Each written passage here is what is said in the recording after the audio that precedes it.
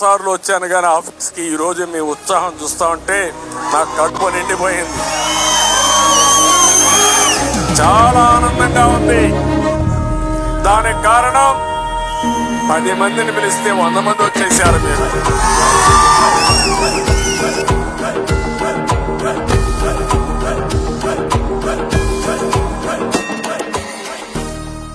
చేతగాని వాడు కులాన్ని గురించి మాట్లాడతాడు, చేతగాని వాడు ప్రాంతాన్ని గురించి మాట్లాడతాడు, చేతగాని వాడు మతాన్ని గురించి మాట్లాడతాడు, చేతైన వాడు అభివృద్ధి గురించి మాట్లాడతాడు, ప్రజల్ని అభివృద్ధి కోసం ఆలోచిస్తాడు.